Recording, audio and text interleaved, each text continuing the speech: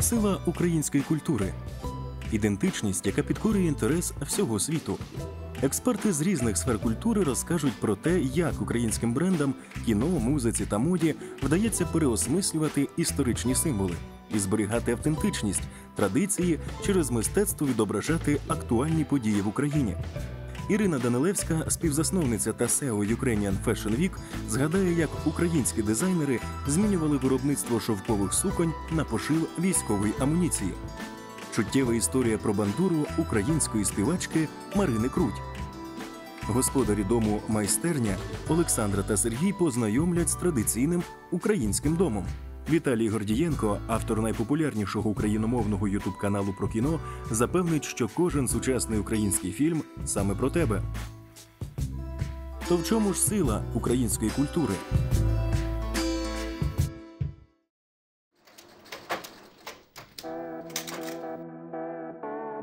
Українська культура – це те, що робить відомими нас та нашу країну на весь світ. Вона не обмежується мистецтвом, музикою чи літературою.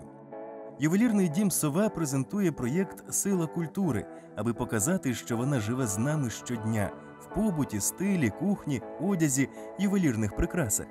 Бренди переосмислюють традиційні символи, але зберігають глибокий сенс, закладений поколіннями. З нагоди Дня Незалежності ювелірний дім «Сова» презентував колекцію «Калче» із золотими колосками. Аби відобразити силу культури в ювелірних прикрасах, арт-команда «Сова» зобразила колоски акцентними, непохитними та сильними. Адже це символ родючої землі, врожаю, хліба, який підтримував родини та цілі покоління. Золоті колоски – це нагадування про силу землі, своє коріння та незламне життя, яке завжди проросте, проб'ється. Саме це сила культури, яку здатні відчути у всьому світі. Яким би космополітичним не здавався бренд, якщо трошечки глибше копнути, там завжди є щось від першоджерела. Щось від української культури, щось від українського народного костюму. Дехто робить більш формальні місточки, більш зрозумілі, дехто більш тонкі. Але зараз якось особливо відчувається потреба надихатися Україною, надихатися країною, культурою, історією, народними техніками, народними ремеслами. Це натхнення виливається не просто в дуже цікаві, красиві колекції. Воно виливається в те, що ми отримаємо таку родзинку, яку не має інша фешн-індустрія іншої країни. Для мене мода – це завжди культура. Це в першу чергу такий пласт культурний, дуже актуальний і насправді дуже виразний. Мода дуже чітко віддзеркалює те, що відбувається в країні, в світі. Мода – хороше дзеркало. Я знаю, що більшість з моїх колег почала би точніше з того, що мода – це бізнес. Мода – це безумовно бізнес. Мода – це мистецтво. Мистецтво, правда, яке в пошуку ідентифікації української моди. Ми зараз на дуже правильному шляху.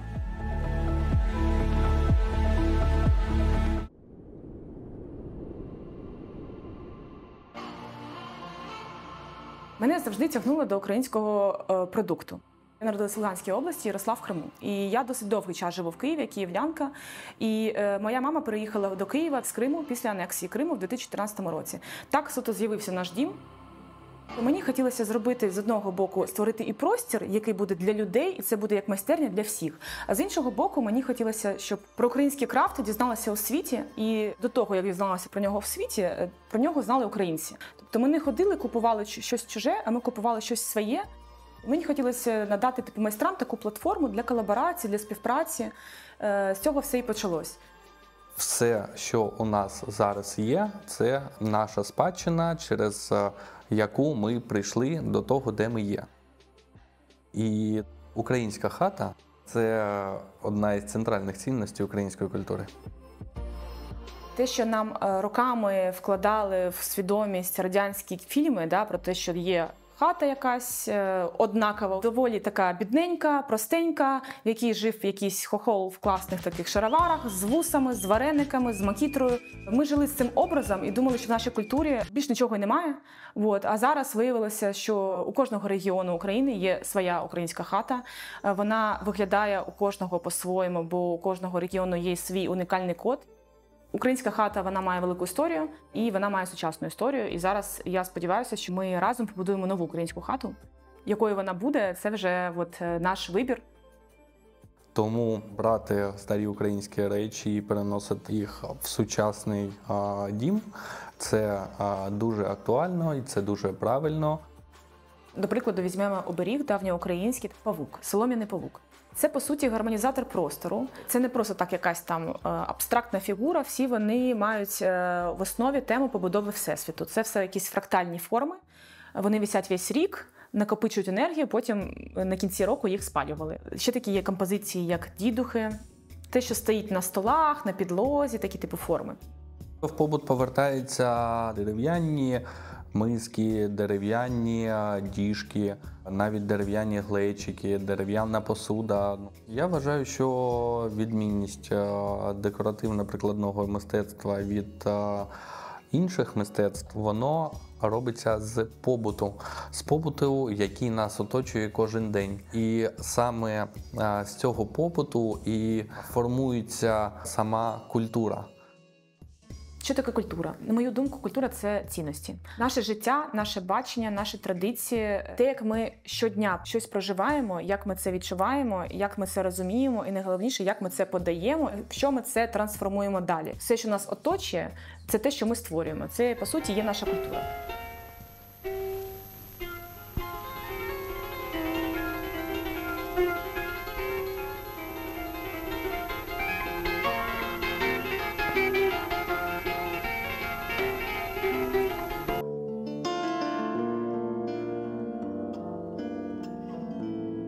Я прихильник тієї думки, що якщо ми хочемо знайти будь-яку відповідь на життєві питання, ми маємо її шукати у фольклорі, перш за все. Там усе є. І не дивно, що зараз відбувається таке відродження фольклору, він набуває популярності, люди починають ходити на курси народного вокалу. Я дуже сильно тішу цьому. І дуже рада, що багато хто використовує у своїй творчості першоджерела. Моя історія з бандурою почалася, коли мені було 8. 8 років я проявила власну ініціативу піти навчатись на цьому інструменті, оскільки якось в бабусі в селі на літніх канікулах я почула, як грає одна дівчинка на ньому, і мені дуже сильно сподобалось. І тоді, мабуть, я навіть не знала назви цього інструменту, але мені дуже він сподобався, я закохалась, і, власне, ця любов тримає мене до сьогодні. Буду жити, геть думи сумні. Бандура – це український народний інструмент, який має дуже глибоке коріння, а також має дуже багату історію, яка походить із витоків інших народних інструментів. Тому що дуже багато наших сусідів, зокрема, тоді ж це була царська Росія, хотіла приписати цей інструмент зовсім не українцям і сказати, що українці, так би мовити, скопірайтили будову цього інструменту. Але це не так, того що походження виключно українське у нього. Враховуючи те, що було насправді 100 років тому, і все, що відбувалося, конкретно частина там пропаганди про те, що бандура – це такий інструмент доволі немодний, несучасний, використання його таке доволі воно, як на мене, двояке. Це особисто моя думка. Раніше в мене таке було відчуття, що я виходжу на сцену, а люди сприймають мене немов через ширму стереотипів. І ці стереотипи мені приходилось постійно розвіювати. А, наприклад, коли я приїжджаю за кордон і виступаю, то для людей, коли це є щось абсолютно новим, глядач сприймає мене як чистий листок. Минулого року я виступала у парламенті Шотландії. Там був міжнародний культурний саміт. Я мала заспівати просто одну пісню, але тоді я вирішила, що я зроблю такий певний спіч. Beautiful instrument with ethnocode, Ukrainian ethnocode. Я заговорила про те, що я відчуваю, як я відчуваю. У мене була така супер погана англійська. І після того, як я сказала все, що я думала, я заспівала пісню. Я пам'ятаю обличчя людей, які переді мною сиділи. Це були міністри культур зі всього світу. Я пам'ятаю той вираз їхніх облич, коли вони слухали мене, коли я говорила. Але коли я співала, я, на жаль, не дивлюсь на людей, я закриваю очі, бо я знаходжуся так в собі. А потім в кінці я аж лише відкриваю. І я пам'ятаю, що я бачила тих людей до того і після того. І ці люди, які слухали мене, вони, відповідно, українською не знають і не розуміють українську пісню. Але чомусь на їхніх обличчях я бачила сльози. І навіть не дивлячись на те, що вони не розуміли, про що я співаю, вони все зрозуміли в той момент. Не знаючи мови, просто ти співаєш своєю рідною мовою, своїм кодом і говориш. І люди тебе розуміють, не розуміючи мови. А музика – це частина культури. Тому культура безбар'єрна, вона не потребує ніякої мови. А українська культура молода і прекрасна. Тому варто її плекати і берегти.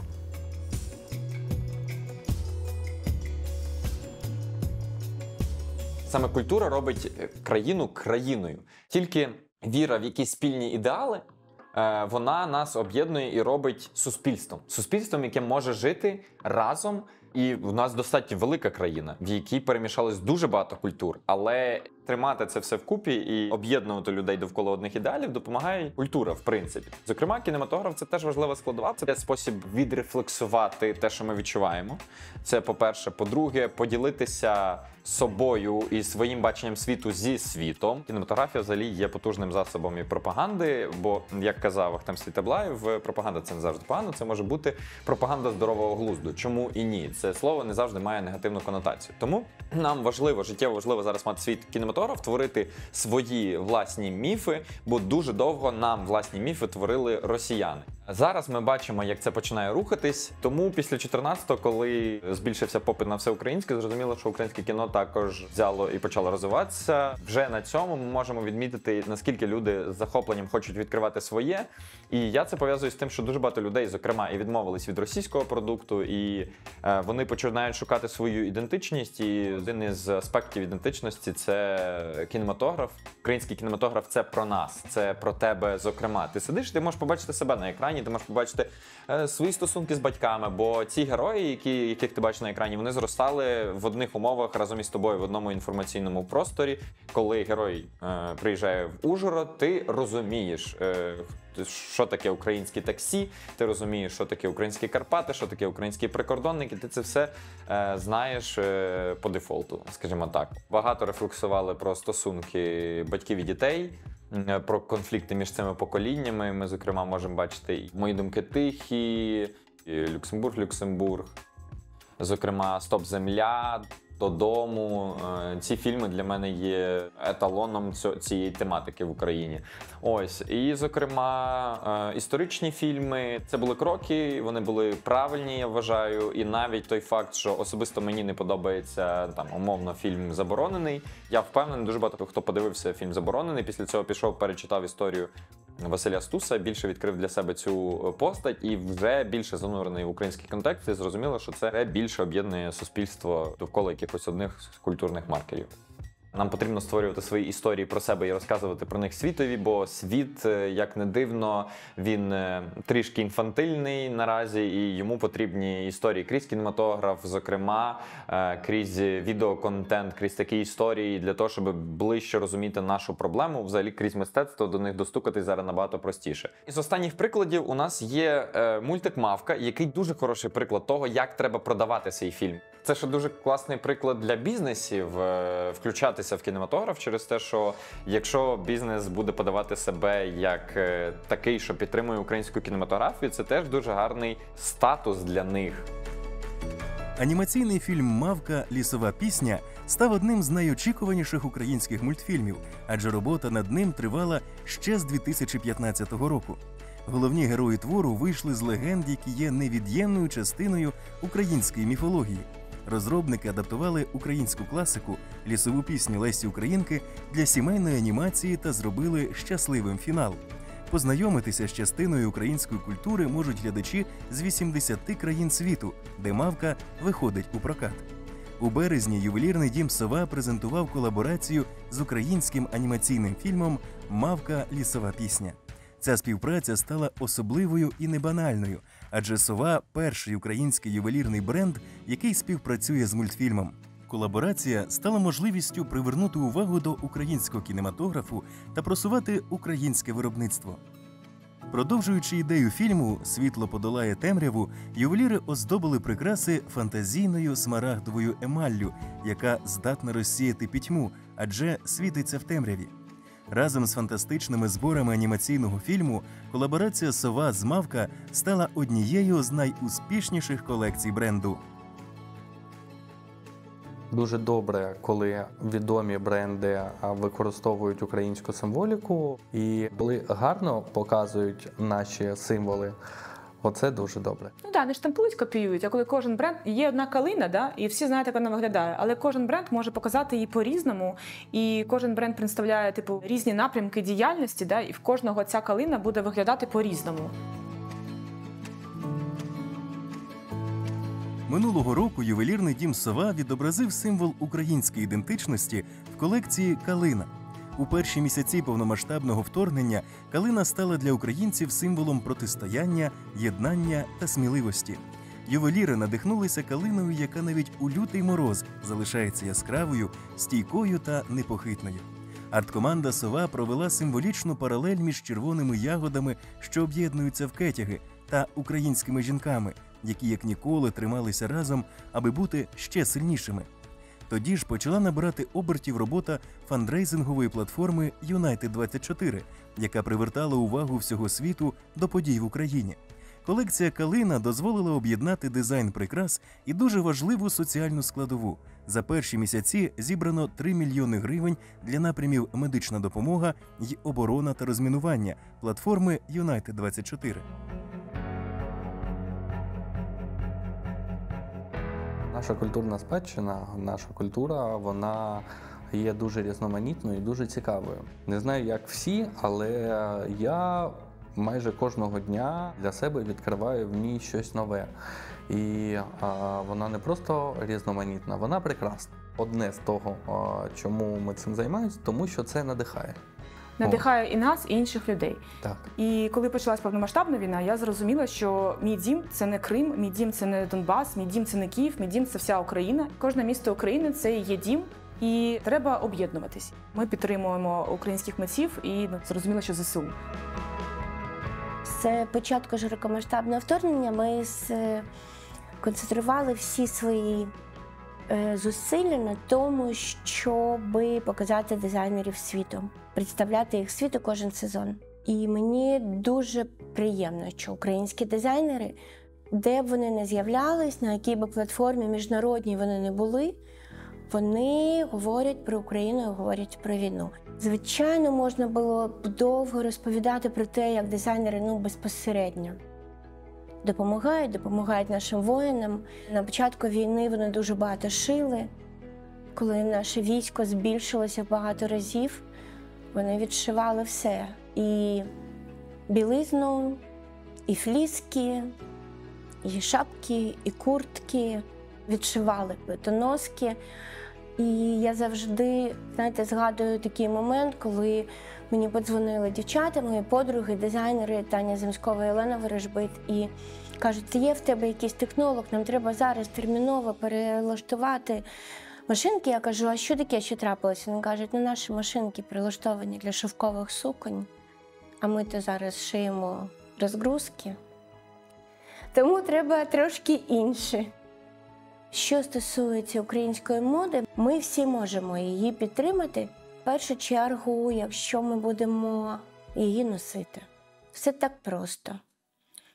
Якщо ми раптом знайдемо можливості фінансові щось купити для себе, давайте в першу чергу подумаємо про український бренд, про українську торгову марку, а вже потім про зарубіжну. Підтримувати дизайнерів можна просто тим, що ви стежите за їхньою творчістю, їм пишете, їм в соцмережах, наскільки вони молодці, наскільки вони талановиті, наскільки вони чудові, наскільки їхні цінності вам близькі.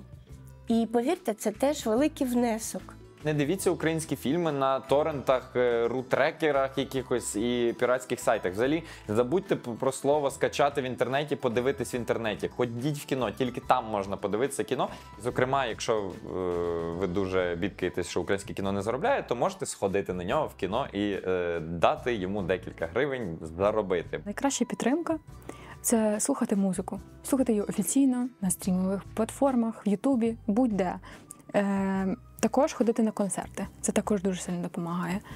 І не слухати російську музику. Там маленька копійчина, яку ви заплатите, вона пролетить потім ракетою сюди.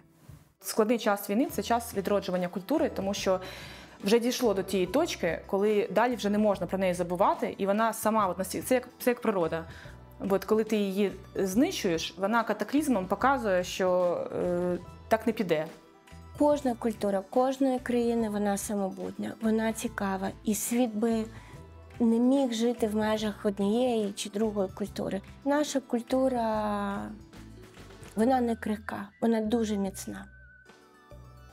Як, знаєте, антикрихкість, про яку зараз всі кажуть. Ми – це символ антикрихкості.